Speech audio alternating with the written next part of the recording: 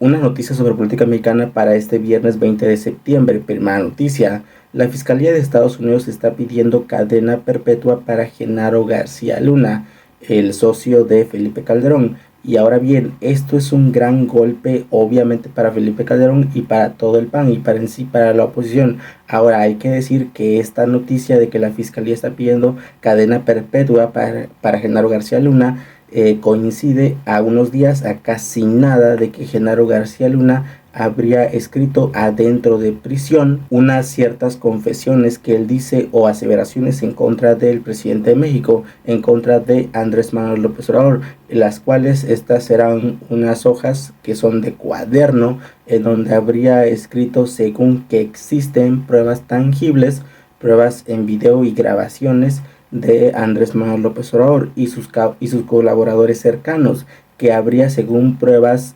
tangibles de un nexo con el crimen organizado. Y bueno, a esta acusación obviamente Andrés Manuel López Obrador dijo claramente que no existían pruebas y que existía, que si Genaro García Luna pues tanto hablaba de esto, pues que las presentase. Simplemente con eso se acaba todo este show.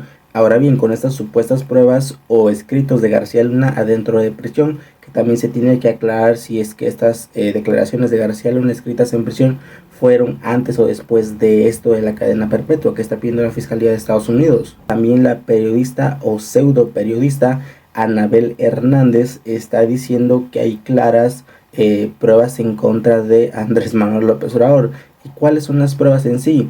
Físicamente, pruebas en físico, ya sea videos o grabaciones, fotos, no tiene absolutamente nada, sino lo que ella alega, y aquí por lo menos llego a entender un poco su lógica, lo que trata de decir esta pseudo periodista Anabel Hernández, es que según con los propios testimonios los cuales condenaron a García Luna y que además García Luna está acusando al presidente de México de nexos con el crimen organizado, según esto, en un tribunal semejante al que tuvo García Luna, el juicio semejante que tuvo García Luna, pudiese haber una condena en contra de Andrés Manuel. Ahora bien, ya Andrés Manuel habló sobre esto, sobre esta cadena perpetua que pide la Fiscalía estadounidense hacia García Luna, y dijo esto. Una cosa gravísima. Estaba yo hojeando el documento de la sentencia, lo recomiendo que lo lean. Es gravísimo todo el sustento de las acusaciones que se le hacen a García Luna. Sí, vean el relato de la sentencia. Y a mí me llamó la atención y quería yo saber por qué. Bueno, la carta que escribe García Luna, ¿la escribe antes o después? Que no he llegado todavía a saber. Antes de que conociera el documento de la solicitud de sentencia o no sabía. A mí no me gusta que nadie sufra. No le deseo mal a nadie. Segunda noticia, Ernesto Zedillo se deja entrevistar por Ciro Gómez Leiva, o mejor dicho, hay que darle un gran punto a Ciro Gómez Leiva porque consiguió una exclusiva con este personaje gris que es Ernesto Zedillo, el que fue presidente de México en 1994. Ciro Gómez Leiva prácticamente lo entrevistó a modo, hizo ciertas preguntas incómodas que hay que aclarar a Ernesto Zedillo, pero ciertamente Ernesto Zedillo contesta y dice prácticamente en toda su entrevista que esto de la reforma judicial es un golpe a la democracia, que con esta reforma al Poder Judicial se pone una base o un cimiento para la tiranía, tal cual esa fue la palabra, tiranía. Simplemente cuando usted tiene un partido oficial que se ha convertido este partido, que puede además manejar el Poder Judicial, se llama, en términos simples, tiranía. Es que se han sentado bases para que México se convierta en una tiranía. O sea, esto es el mundo al revés. Ernesto Zedillo está hablando de tiranía y claramente ya hemos hablado en anteriores videos sobre Ernesto Zedillo y algo muy simple que hay que entender sobre Ernesto Zedillo, sobre este personaje gris, es que lo que menos ha hecho Ernesto Zedillo en su tiempo de presidente fue respetar la separación de poderes, que ahora él dice como un lema, como un logo de que esto de la reforma del Poder Judicial va prácticamente a poner el Poder Judicial y el Poder Legislativo a manos del Ejecutivo, del presidente de México, y en este caso de Sheinbaum, que con ello se plantea un control absoluto, único en el país, y que con ello se quita, obviamente, en un discurso a nivel internacional, de que va a traer incertidumbre jurídica a México y que por ello se van a ir las empresas en México. Pero claro, si recordamos, Ernesto Zedillo sacó a todos los jueces en México en ese tiempo, en su sexenio,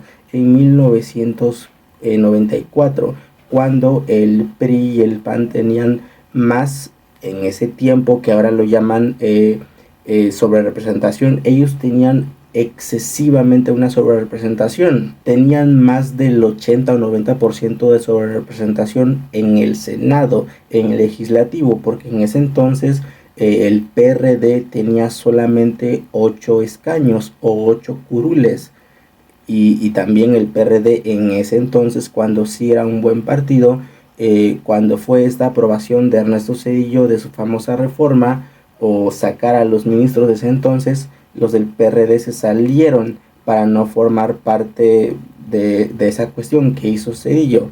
Y obviamente, ¿cómo va a hablar de democracia? Y bueno, la última pregunta y la más sinvergüenza que respondió Ernesto Zedillo es que ¿por qué precisamente ahora? ¿Por qué en este momento?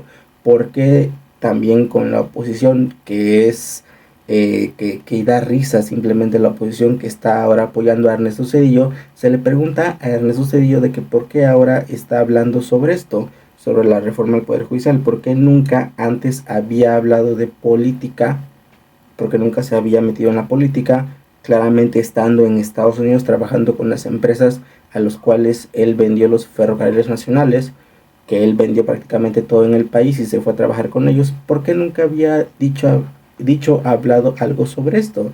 Y es prácticamente, Ernesto Zedillo contesta muy sinvergüenza, dice que porque esto claramente es un daño al país, de que tiene que hablar, de que él no es un cobarde. ¿Por qué hasta ahora? ¿Por qué hasta hoy estamos escuchando la voz de Ernesto Zedillo? Es una respuesta muy sencilla. Sí. Aún antes de dejar la presidencia, tomé una decisión de no intervenir en la política de mi país. Me convertí en un estudioso y opinador de temas de la economía internacional, del desarrollo internacional, de América Latina en lo general. Dije, pero nunca voy a opinar sobre México. Pero cuando veo que la República está en riesgo, no puedo quedarme callado. No puedo ser cobarde.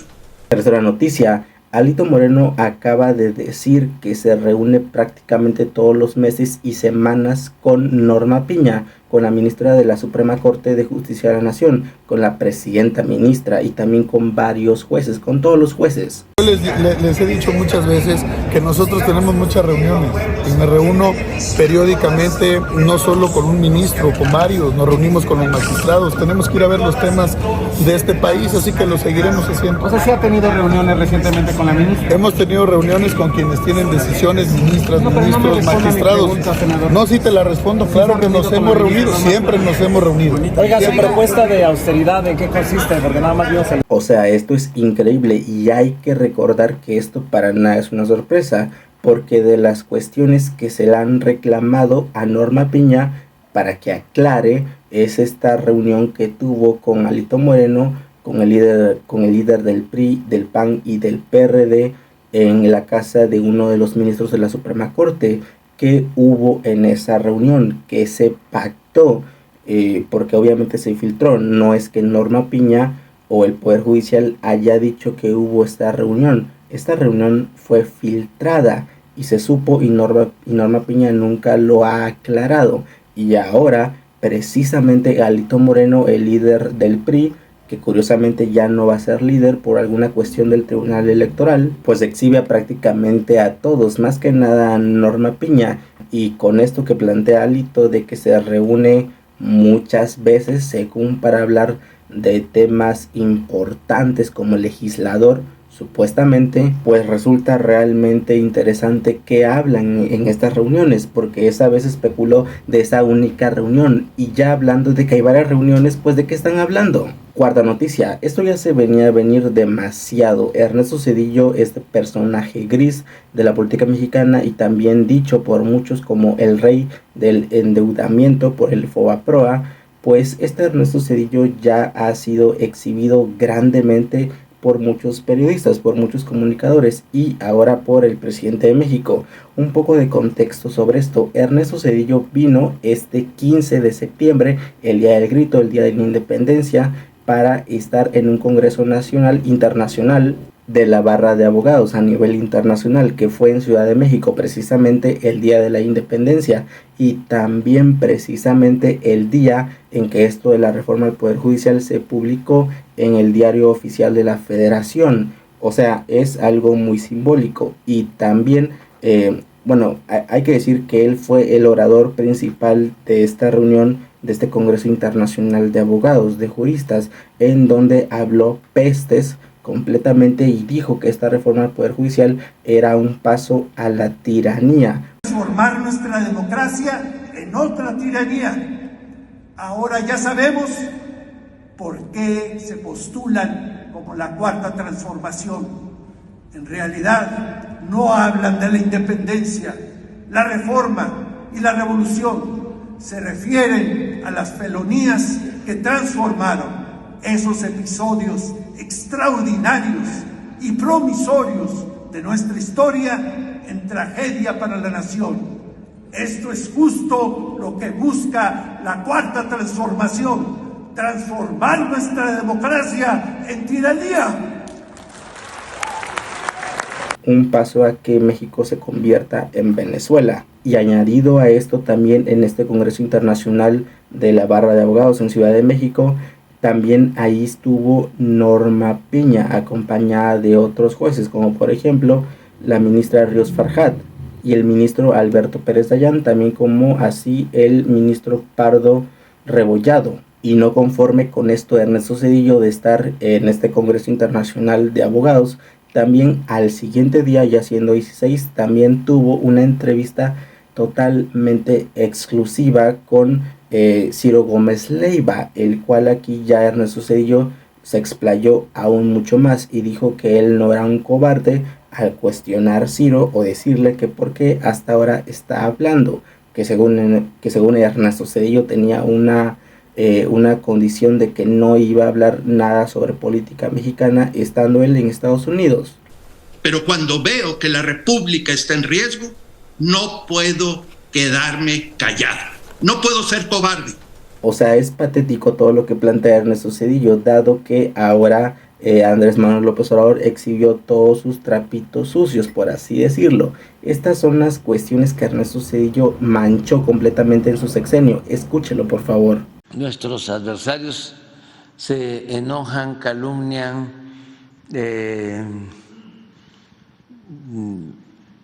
me insultan, pero no pasan de ahí.